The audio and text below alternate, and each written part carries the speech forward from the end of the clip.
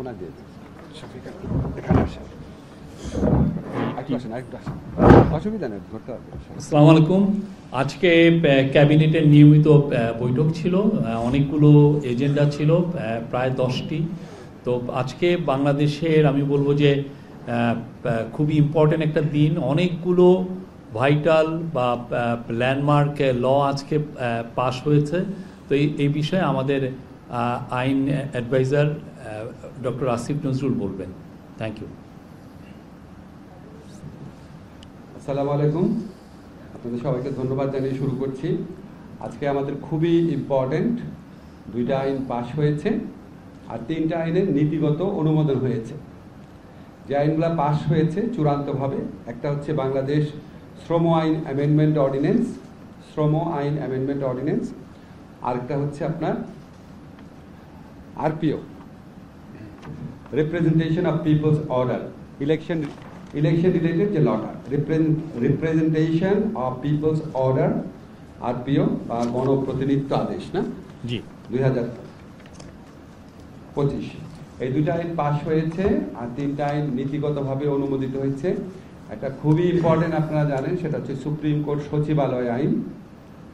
Second যেটা, সেটাও খুবই ইম্পর্টেন্ট, দুর্নীতি দমন কমিশন আইন। আরেকটা হচ্ছে আমাদের জুলাই গণ অভ্যুত্থান স্মৃতি জাদুঘর আইন। লাস্ট 3টা আইন নীতিগতভাবে অনুমোদন হয়েছে, আর একটু আমাদের ডিসকাশন করতে হতে পারে, চূড়ান্ত অনুমোদনের জন্য আবার উপদেষ্টা পরিষদে তোলা হবে। তো চূড়ান্তভাবে যে আইনটা অনুমোদন হয়েছে এটা খুবই যুগান্তকারী একটা আইন আমি বলবো, বাংলাদেশ শ্রম আইন অ্যামেন্ডমেন্ট অর্ডিন্যান্স। এখানে আমাদের শ্রমিকদের স্বার্থ রক্ষার জন্য, তাদের কল্যাণে অনেকগুলো পদক্ষেপ নেওয়া হয়েছে। 90টা সেকশনে অ্যামেন্ডমেন্ট আনা হয়েছে, 3টা শিডিউলে, 90টা সেকশন এবং 3টা শিডিউলে অ্যামেন্ডমেন্ট আনা হয়েছে। সবটা আমি বলতে পারবো না, কয়েকটা জিনিস শুধু বলি। এবং এই অ্যামেন্ডমেন্টগুলো আনা হয়েছে আমাদের যে আইএলওর কমিটি অফ এক্সপার্ট আছে তাদের রেকমেন্ডেশন অনুযায়ী। আপনারা জানেন আইএলওতে বাংলাদেশের বিরুদ্ধে একটা কমপ্লেইন প্রসিডিওর আছে, ওই প্রসিডিওরও অনেক রেকমেন্ডেশন আসছে। আমাদের ইন্টারন্যাশনাল যারা ডোনার আছেন, আমাদের যারা বিভিন্ন রাষ্ট্র আছেন, শ্রম অধিকার সংক্রান্ত বিভিন্ন প্রতিষ্ঠান আছেন, সমস্ত কিছু বিবেচনা নেওয়া হয়েছে। ট্রাইপার্টাইট যে কমিটি আছে, ত্রিপক্ষীয় কমিটি, শ্রমিক, মালিক এবং সরকার, এই কমিটি আপনার 5টা মিটিং করেছে, 3টা ওয়ার্কশপ করেছে, অসংখ্য কনসালটেশন করেছে। এখন আমি যেই পরিবর্তনগুলো আনা হয়েছে, কয়েকটা পরিবর্তন শুধু বলি। একটা হচ্ছে লেবার ল এখন থেকে নন প্রফিট যে অর্গানাইজেশন আছে সেটার ক্ষেত্রে প্রযোজ্য হবে। লেবারের ডেফিনেশনকে এক্সটেন্ড করা হয়েছে। গৃহ পরিচারক যারা আছেন, নাবিক যারা আছেন, তারাও এখন লেবার হিসাবে লেবার লয়ের প্রোটেকশন পাবেন। ব্ল্যাকলিস্টিং একটা প্রথা ছিল, যে শ্রমিক যাদের বিরুদ্ধে মালিকদের অভিযোগ থাকতো তারা ব্ল্যাকলিস্ট করতো এবং তারা অন্য কোথাও চাকরি পেত না। ব্ল্যাকলিস্টিংকে অবৈধ ঘোষণা করা হয়েছে। সেক্সুয়াল হ্যারাসমেন্টের বিরুদ্ধে কঠোর পদক্ষেপ নেওয়ার বিধান করা হয়েছে। প্রসূতি যারা আছেন তাদের ওয়েলফেয়ার বেনিফিট, যারা নারী আপনার শ্রমিক আছেন ওনাদের মধ্যে যারা প্রসূতি থাকবে তাদের ওয়েলফেয়ার বেনিফিটটা অনেক বাড়ানো হয়েছে। ট্রেড ইউনিয়ন গঠন এবং রেজিস্ট্রেশন অনেক সহজ করা হয়েছে। ওয়ার্কারদের মধ্যে ডিসক্রিমিনেশন, আপনারা জানেন একই কাজ ছেলেরা এবং মেয়েরা করলে মেয়েদেরকে কম বেতন দেওয়া হতো, সেই ডিসক্রিমিনেশনকে নিষিদ্ধ করা হয়েছে। বিকল্প বিরোধ যে নিষ্পত্তি, সেটার বিধান শক্তিশালী করা হয়েছে।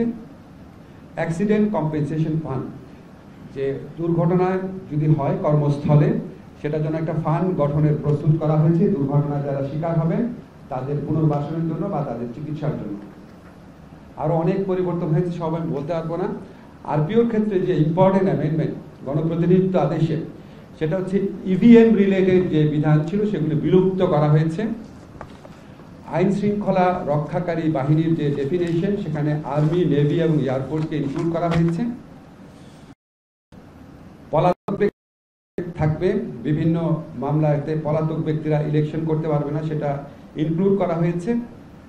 জেলায় যে ইলেকশন অফিসগুলো আছে সেটা ডিস্ট্রিক্ট ইলেকশন অফিসার ঠিক করবেন, এটা বিধান করা হয়েছে। আর যারা ইলেকশন করবেন এর মাধ্যমে দেশি বিদেশি সোর্স থেকে যত আয় আছে, সম্পত্তি আছে, সমস্ত কিছুর বিবরণ দেওয়া হবে, দিতে হবে। এবং এই সমস্ত কিছু আজকে আমাদের মাননীয় প্রধান উপদেষ্টা নির্দেশ দিয়েছেন, নির্বাচনে যারা প্রার্থী থাকবেন ওনাদের দেশি সোর্সে, বিদেশি সোর্সে ইনকাম, সম্পত্তি সমস্ত কিছুর বিবরণ নির্বাচন কমিশনকে দিতে হবে এবং এটা আমরা ওয়েবসাইটে পাবলিক করে দিব, সবাই জানবে। আপনাদের এলাকার যে প্রার্থী আছে কার কত ইনকাম, কোথা থেকে ইনকাম, কি সম্পত্তি, এটা সবার জন্য উন্মুক্ত করে দেওয়ার নির্দেশ উনি দিয়েছেন। এই সংক্রান্ত একটা পরিবর্তন আমরা, এই সংক্রান্ত একটা বিধান এই আইনে থাকবে। তারপর হচ্ছে জামানতের যে পরিমাণ সেটা 20,000 ছিল, এটা 50,000 করা হয়েছে। নো ভোটের একটা বিধান করা হয়েছে। যেই নির্বাচনে একজন প্রার্থী থাকবে, আপনাদের 2014 সালের ভুয়া ইলেকশনের স্মৃতি নিশ্চয় মনে আছে, 153টা না 54টা আসনে একজন প্রার্থী ছিল, সাজানো নির্বাচন ছিল। এই ধরনের নির্বাচন যেন না হয়। একজন প্রার্থী থাকলে সেখানে যারা ভোটার আছে তারা না ভোট দিতে পারবে, যেই প্রার্থী পছন্দ না, তখন সেখানে আবার নির্বাচন হবে। জোটের ক্ষেত্রে যদি নির্বাচনী জোট হয়, জোটের অংশ হলেও দলের যে প্রতীক সেটাতে ইলেকশন করতে হবে, যাতে ভোটাররা ক্লিয়ার আইডিয়া পান যে কোন দলের। তারপর যারা ইলেকশনে কাজে ব্যস্ত থাকেন, আমাদের আইন শৃঙ্খলা রক্ষাকারী বাহিনী, প্রিজাইডিং অফিসার বা রিটার্নিং অফিসার, যারা নির্বাচনী কাজে ব্যস্ত থাকেন, লক্ষ লক্ষ মানুষ নির্বাচনী কাজে ব্যস্ত থাকেন, ওনাদের ভোট দেওয়ার স্কোপ ছিল না। আমাদের বিধান করেছি যে পোস্টাল ব্যালটে ওনারা ভোট দিবেন। আমাদের যারা প্রবাসী আছেন ওনারাও পোস্টাল ব্যালটে ভোট দিবেন। ইলেকশন কার্যক্রমে যারা নিয়োজিত থাকবেন তারাও পোস্টাল ব্যালটে ভোট দিবেন। তারপরে ভোট কাউন্টিং এর জায়গাতে মিডিয়ার প্রেজেন্স, মিডিয়া থাকতে পারবে, সেটা বিধান করা হয়েছে। আর যারা রাজনৈতিক দলকে টাকা পয়সা দিবেন, দান, অনুদান বা চাঁদা যে ভাবেই হোক না কেন, 50,000 টাকা বা তার বেশি হলে এটা ব্যাংকিং চ্যানেলের মাধ্যমে দিতে হবে। যিনি দিবেন তার ট্যাক্স রিটার্নটাও জমা দিতে হবে সেখানে।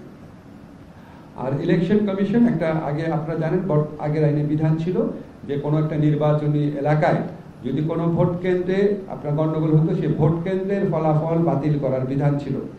এখন নির্বাচন কমিশন যদি মনে করে একটা নির্বাচনী এলাকাতেই এত বেশি অনিয়ম হয়েছে যে পুরো নির্বাচনী এলাকার ভোটই বাতিল করা উচিত, তাহলে ইলেকশন কমিশন সেটা করতে পারবে, সেই ক্ষমতা দেওয়া হয়েছে। এছাড়া আমাদের যে প্রস্তাবিত যে নীতিগত অনুমোদন যেগুলো হয়েছে, আমি একটু করে বলি। একটা আপনারা জানেন অত্যন্ত ইম্পর্টেন্ট সুপ্রিম কোর্ট সচিবালয় অধ্যাদেশ 2025, এটা নিয়ে বোধহয় আমরা 25-30 বছর যাবত কথা বলছি। এটা আপনার ওই 2006-07 দিকে খুব ভালোভাবে একটা চেষ্টাও হয়েছিল আইনটা করার, কোনোভাবেই করা যাচ্ছিল না। কিন্তু আপনারা জানেন আমাদের জাতীয় ঐকমত্য কমিশন আছে, আমাদের বিচার বিভাগীয় সংস্কার কমিশন আছে, আমাদের মাননীয় প্রধান বিচারপতির যে সংস্কার রোডম্যাপ আছে, সব জায়গাতেই সুপ্রিম কোর্ট সচিবালয় প্রতিষ্ঠার কথা বলা হয়েছে। আমরা এই আইনটা নীতিগতভাবে অনুমোদন করেছি। এই আইনটা যখন চূড়ান্ত অনুমোদন হয়ে যাবে, তখন অধস্তন আদালতের যারা বিচারক আছেন তাদের বদলি, তাদের পদায়ন, তাদের পদোন্নতি, তাদের শৃঙ্খলা সংক্রান্ত সকল ব্যাপার, সকল কিছু সুপ্রিম কোর্টের নিয়ন্ত্রণে চলে যাবে। আর হচ্ছে সুপ্রিম কোর্টের নিজস্ব বাজেট ব্যবস্থাপনা থাকবে, তাদের সম্পত্তি, তাদের কি কি খাতে তারা উন্নয়ন করবে, কি কি পদ সৃজন করবে, এই সমস্ত ব্যাপারে তাদের একটা আর্থিক স্বাধীনতা থাকবে। তো এটা আপনার এটা নিয়ে দীর্ঘ আলোচনা হয়েছে। আমাদের মনে হচ্ছে কিছু কিছু বিষয় আরো আলোচনার প্রয়োজন রয়েছে, বিশেষ করে যেহেতু এটার সাথে আর্থিক সংশ্লেষ রয়েছে, অবশ্যই অর্থ উপদেষ্টার একটা মতামতের প্রয়োজন রয়েছে। এই আইনটা করার সময় সেই মতামতটা নেওয়া হয় নাই, জনপ্রশাসনের সাথে কনসালটেশন করার প্রয়োজন রয়েছে। তাছাড়া আমাদের আজকে উপদেষ্টা পরিষদের মিটিংয়ে কিছু বিষয়ে যে উচ্চ আদালতের ভূমিকা নিয়েও প্রশ্ন উঠেছে। যেমন ধরেন আপনারা জানেন সাম্প্রতিককালে আপনারা কেউ এটা ইনভেস্টিগেট করেন নাই, আমি আপনাদেরকে অনুরোধ করবো ইনভেস্টিগেট করেন যে একটা উচ্চ আদালতের একটা বেঞ্চ একদিনে 4 থেকে 5 ঘন্টায় 800 মামলায় প্রায় জামিন দিয়েছেন। জামিন উনি দিতেই পারেন, কিন্তু 4-5 ঘন্টায় 800 মামলা কি শোনা সম্ভব? এটা কি আসলে বিচারিক বিবেচনা ছিল কিনা? এরকম আরো কিছু কিছু প্রসঙ্গ উঠেছে। তো আমাদের মনে হয় গোটা বিষয়গুলো বিবেচনা করে আমরা কয়েক সপ্তাহের মধ্যেই এই আইনটা চূড়ান্ত করার পদক্ষেপ নিতে পারবো। আর থার্ড যেটা আইন আমরা নীতিগতভাবে অনুমোদন করেছি, সেটা হচ্ছে জুলাই গণ অভ্যুত্থান স্মৃতি জাদুঘর অধ্যাদেশ। আপনারা জানেন গণভবনের জায়গাতে জুলাই গণ অভ্যুত্থানকালে আমাদের যে তরুণরা প্রাণ হারিয়েছেন, যাদের চিরস্থায়ী অঙ্গহানি হয়েছে, আমাদের যে অপূরণীয় আত্মত্যাগের ঘটনা আছে, আর ফ্যাসিস্ট শেখ হাসিনা সরকারকে পতনের একটা স্মারক হিসাবে ওই স্মৃতিকে ধরে রাখার জন্য, জুলাই গণ অভ্যুত্থানকে আপনার অ্যালাইভ রাখার জন্য এবং এটাকে আমাদের প্রপারলি অ্যাকনলেজ করার জন্য আমরা গণভবনে জুলাই জাদুঘর করছি, এখানে জুলাই গণ অভ্যুত্থান স্মৃতি জাদুঘর করছি। তো এটা আমরা একটা সেপারেট জাদুঘর হিসাবে স্ট্যাবলিশ করতে চাই। বর্তমান যে জাদুঘর আছে এটা শাখা জাদুঘর হিসাবে না, সেপারেট জাদুঘর হিসাবে। তো সেখানে লোকবল লাগবে, আর্থিক সংশ্লেষ আছে, সেই জন্য আরো একটু আলাপ আলোচনার প্রয়োজন রয়েছে। এটাও আমরা খুব দ্রুত চেষ্টা করব, খুব দ্রুত এটা চূড়ান্তভাবে অনুমোদন করার জন্য। মোটামুটি আইনগত ব্যাপারে এই আলোচনা হয়েছে। দুর্নীতি দমন কমিশনটা তো আপনাদের বলেছি, বলেন নাই। ডিজাইন, এলিগেন্স, বিউটি, সেরা পণ্য সবার জন্য জেভিকো।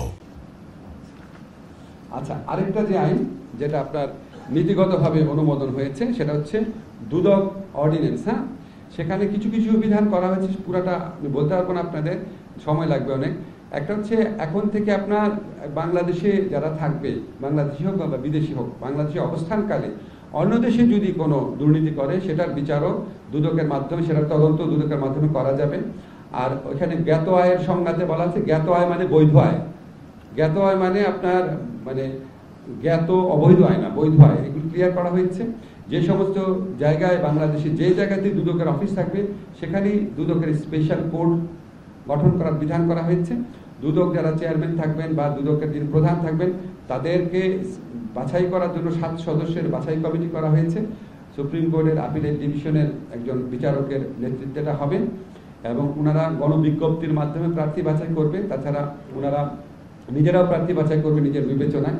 সাক্ষাৎকার নেওয়া হবে যারা কমিশনার হতে চান বা আগ্রহ আছেন। কমিশনের যে কার্যাবলী দুদকের, সেটা কার্যাবলী বাড়ানো হয়েছে, ক্ষমতা বাড়ানো হয়েছে, এজাহার দায়ের তদন্ত অনুসন্ধানের ক্ষমতা বাড়ানো হয়েছে।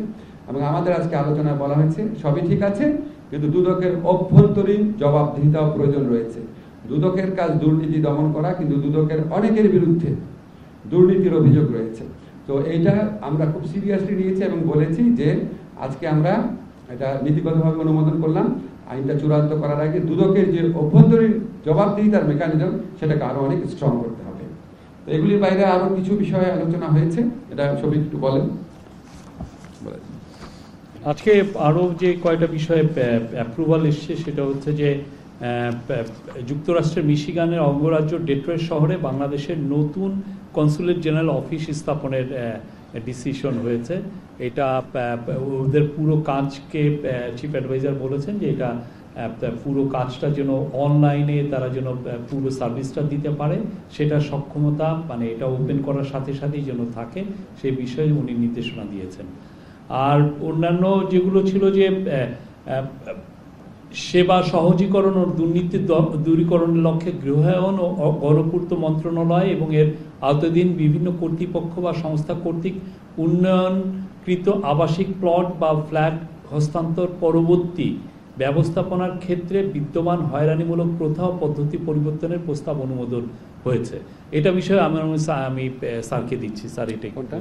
ওই যে স্যার ওই যে ইয়েতে রাজুকের আর ওই যে প্লটের হস্তান্তরের ক্ষেত্রে যে ইয়ে আপনাদের। আচ্ছা, রাজুকের ক্ষেত্রে যেটা করা হয়েছে এটা হচ্ছে আপনারা জানেন যে যখন 99 ইয়ার্সের লিজ নেওয়া হয়, যারা লিজটা নেন জমি ওনারা যদি এটা কোনো রকম হস্তান্তর করতে চান অনেক ক্ষেত্রে রাজুকের থেকে বারবার পারমিশন নিতে হয় এবং এটাতে চরম ভোগান্তি হয়, চরম দুর্নীতি হয়। রাজুকের কারো বিরুদ্ধেও তো দুর্নীতির অভিযোগ আছে।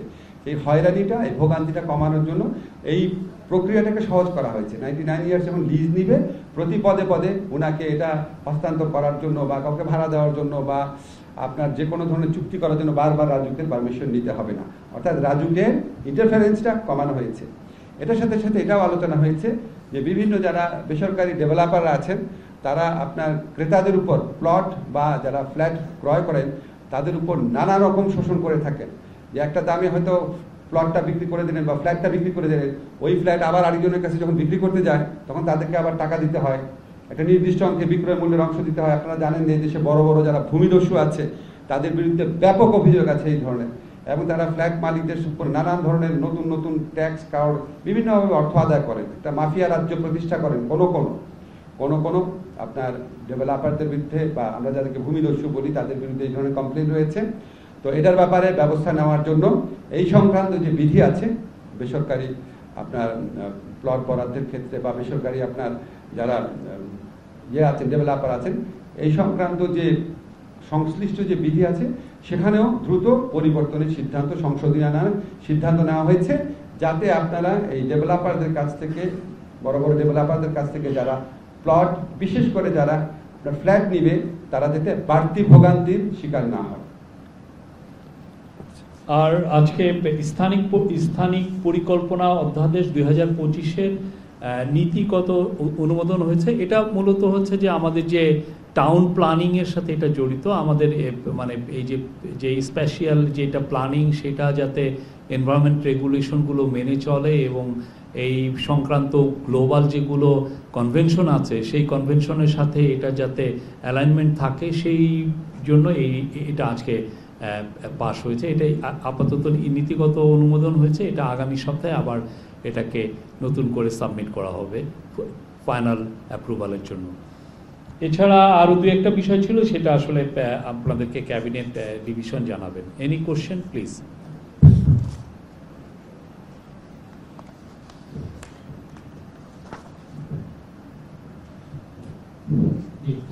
আমি আপাতদিন আমি বিজনেস আমার দুইটা কোশ্চেন, দুইটা নতুন স্যারের কাছে। দুদক সংক্রান্ত যে আইনটা সংশোধন, প্রথমটা যেটা বলছিলেন যে দুদক এখন দেশের বাংলাদেশি কোনো নাগরিক কর্তৃক দেশে কিংবা দেশের বাইরে যেখানে অপরাধ হোক, দুর্নীতির অপরাধ, এটা অনুসন্ধান করতে হবে। আমরা জানি যে টিউলিপ সিদ্দিকী লন্ডনে একজন বাংলাদেশির কাছ থেকে ওখানে একটি ফ্ল্যাট উপহার পেয়েছেন, যেটি উনি ট্যাক্স আইনে দেখাননি। ট্যাক্স আইনে না দেখানো মানে হলো একটি দুর্নীতি। তো লন্ডনে উনি যে দুর্নীতি করছেন সেটা এই আইন পাশ হলে সেটা বাংলাদেশের দুদক লন্ডনে গিয়ে অনুসন্ধান করতে পারবে কিনা, এবং পারলেও সেটা কোন প্রক্রিয়া করবে লন্ডনের পুলিশের। ভাই, আমার এই ব্যাপারে এত এক্সপার্টিস নাই ভাই, আমার জটিল প্রশ্ন করেন না, আমি দুদক আইনে বিশেষজ্ঞ না। যেটা একটা আরেকটা হলো দুদকের এখন যে আইন হচ্ছে দুদক, আপনি দুদক বিটের সাংবাদিক নাকি? জি না, আমি দুদক বিটের সাংবাদিক, আমি বিজনেস বিটের সাংবাদিক। আচ্ছা, বলেন। বিজনেস বিটের সাংবাদিক। তো এখানে আরেকটা বসেন, দুদকের একটা বড় অভিযোগ হলো দুদক আসলে আসামি তারা অভিযোগ দেয়, তারা বিচার করে, কিন্তু তারা আসলে আসামি ধরতে পারে না, পুলিশের সহায়তা লাগে, পুলিশের সহায়তা তারা পায় না। তো তারা আসলে হাফ থাকে সবসময়, কাজের ক্ষেত্রে সম্পূর্ণভাবে করতে পারে না। নতুন আইন যেহেতু হচ্ছে এই বিষয়গুলো অ্যাড্রেস হয়েছে। আসলে আমি এই বিষয়ে অবগত না, আমি বরং আপনি যেটা বললেন আমি আরো বেশি যেটা শুনি যে নানান ধরনের আপনার দুদক অফিসে হাজির হতে বলার মধ্যে দিয়ে নানান ধরনের হয়রানি করা হয় মানুষকে, আবার প্রকৃত অপরাধীকে আপনার যে কোনো কারণে ধরা হয় না, এই ধরনের অভিযোগগুলো শুনেছি। এই সমস্ত অভিযোগ আপনার আমলে নেওয়ার জন্য এই অভ্যন্তরীণ জবাবদিহিতা বৃদ্ধি করার প্রয়োজন আমরা অনুভব করছি।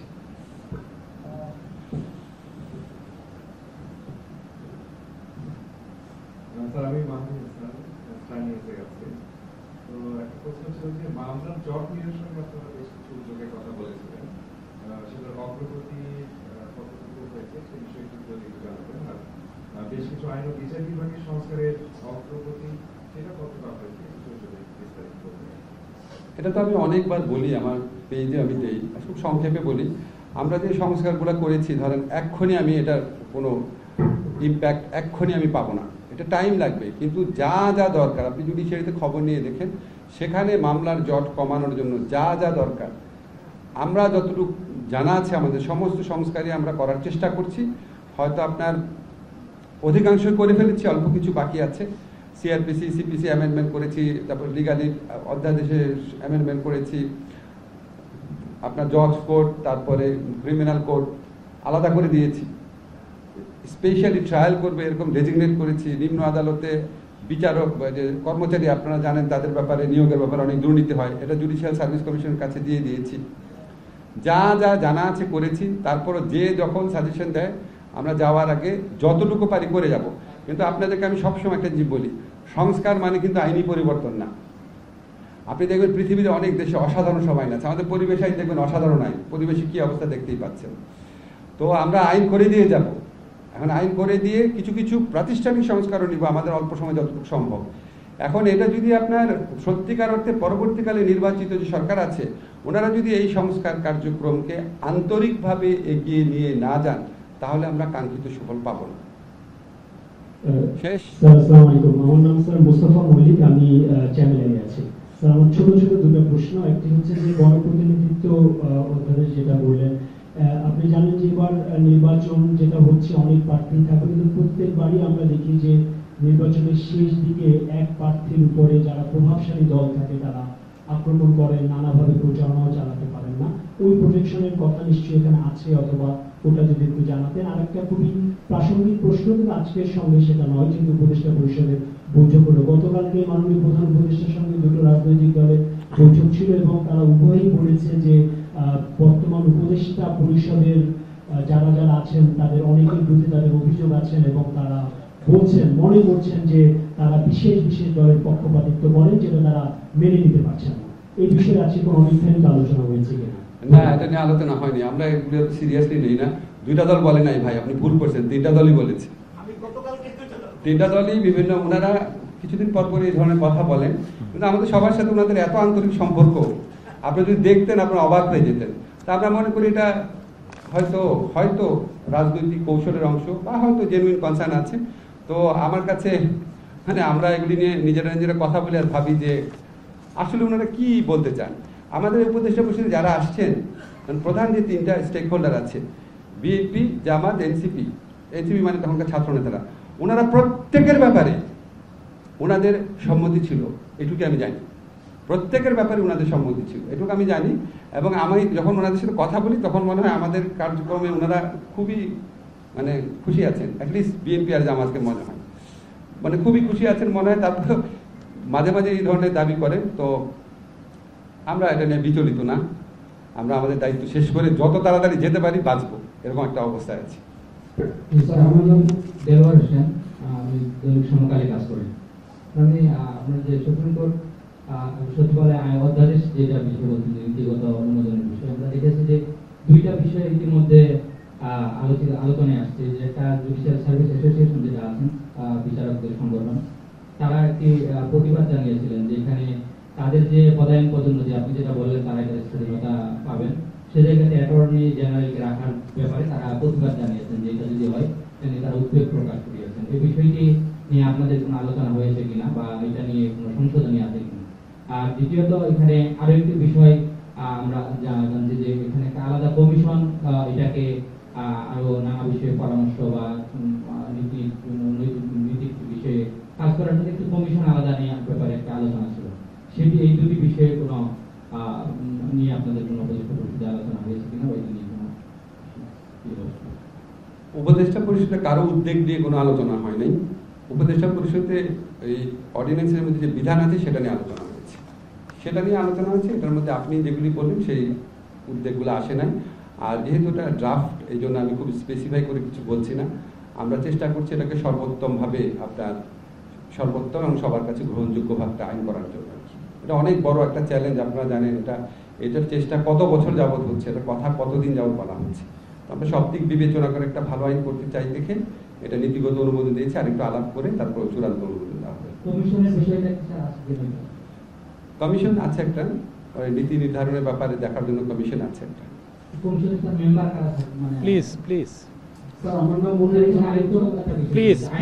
প্লিজ আপনি অনেকগুলো কোশ্চেন করছেন, প্লিজ লাস্ট কোশ্চেন। আমি জাগরিয়াস থেকে বলছি। একটা বিষয় আপনার আইন উপদেষ্টা হিসেবে জানতে চাই, এনসিপি 7 লাখ ভোটে ছাড়া নির্বাচনে যাবেন, এদিকে নির্বাচন কমিশন বলছে এটা দেওয়া সম্ভব না। এই অবস্থায় রয়েছে আইনগতভাবে কার অবস্থান সঠিক এবং আইনি দৃষ্টিকোণ থেকে আপনি কিভাবে দেখছেন বিষয়টাকে, এটা নিয়ে কিছু বলবেন? Difficult question. এখন এই ধরনের পরিস্থিতিতে মতামত সব বিষয়ে একটু কম দেওয়াই ভালো। আপনারা জানেন আমি একটা মতামত দেওয়ার জন্য একটা খুব মানে আকর্ষণীয় একটা ব্যক্তিত্ব ছিলাম, কিন্তু এখন আমার পক্ষে সব বিষয়ে মতামত সবসময় দেওয়া উচিত না। আমরা আশা করব ইলেকশন কমিশন এই বিষয়টা দ্রুত রিজলভ করে যাবে। বাহার সুপ্রিম কোর্ট সচিবালয় অধ্যাদেশে যে আইন ও বিচার বিভাগে এবং সরকারের বিভিন্ন প্রতিষ্ঠানে হাইকোর্টের বিচারকদের পদায়নের যে সুযোগ রাখা হয়েছে, আমরা ষষ্ঠ আদালত সূত্র থেকে জানতে পেরেছি, সেইটার বিচার বিভাগ পৃথকীকরণের যে নীতি সংবিধানের আছে সেটা থেকে সাংঘর্ষিক কিনা, সেটা কি থাকছে কিনা? এখন আপনার তো একটা মামলা হয়েছে, আপনি জানেন। অরিজিনাল যে আপনার 116 ছিল 1972 সালের সংবিধানে, সেটাকে রেস্টোর করেছে হাইকোর্ট, এটার বিরুদ্ধে আবার আপিলের ডিভিশনে যাওয়া হতে পারে। তো আমরা আপনার বর্তমানে যেহেতু আপিলের ডিভিশনে যাওয়া হয়েছে, আমরা বর্তমানে সংশোধিত যে 116 আছে সেটার আলোকেই ড্রাফটটা করেছি। তো চূড়ান্ত অনুমোদন হওয়ার আগে যদি আবার আপিলের ডিভিশনে কোনো রায় আসে তখন সেটার আলোকে সংশোধন করব। আমরা মানে সাংবিধানিক বাধ্যবাধকতা বা সাংবিধানিক অবস্থাটার প্রতি সচেতন থেকে পরিবর্তনগুলো করছি।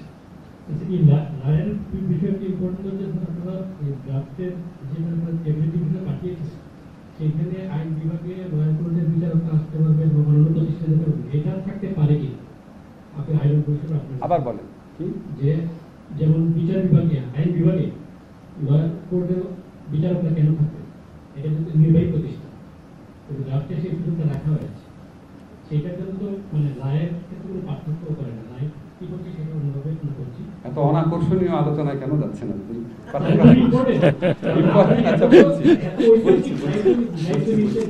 ইম্পর্টেন্ট বুঝেছি, এখন আর বুঝায় বলি আপনাকে। বিচার বিভাগে দুই ধরনের কর্মকর্তা থাকে, হ্যাঁ, একটা আইন মন্ত্রণালয়, এক হচ্ছে যারা অধস্তন আদালতের বিচারক, রাইট, আর হচ্ছে মন্ত্রণালয়ে অনেক বিচার বিভাগ কর্মকর্তা আছেন, সলিসিটর উইংয়ে আছেন, ওপিনিয়ন শাখাতে আছেন, এমনকি সাব রেজিস্ট্রার আইজিআর অফিসে আছেন, আইন কমিশনে বিচার বিভাগ কর্মকর্তারা আছেন, প্রশাসনিক দায়িত্ব পালন করেন, নির্বাচন কমিশনে আছেন, দুদকে আছেন, বহু জায়গায় পার্লামেন্টে আছে, বহু জায়গায় আছে। তো একটা হচ্ছে যারা বিচারকের দায়িত্ব পালন করেন আইন মন্ত্রণালয়ে, তারা এই অধ্যাদেশটা হয়ে গেলে তারা সুপ্রিম কোর্টের আন্ডারে চলে যাবে, তাদের বদলি পদোন্নতি ইত্যাদি। কিন্তু যারা বিচারিক কার্যক্রম করেন না, প্রশাসনিক কার্যক্রম করেন আইন মন্ত্রণালয়ে, তারা আইন মন্ত্রণালয়ের আন্ডারেই থাকবে। এটাই স্পিরিট, পৃথক সচিবালয় গঠন সব দেশে এটাই হচ্ছে স্ট্যান্ডার্ড প্র্যাকটিস। প্লিজ আর না, আপনি অনেকগুলো কোশ্চেন করেছেন। এই মুস্তাফিজ প্লিজ স্যার,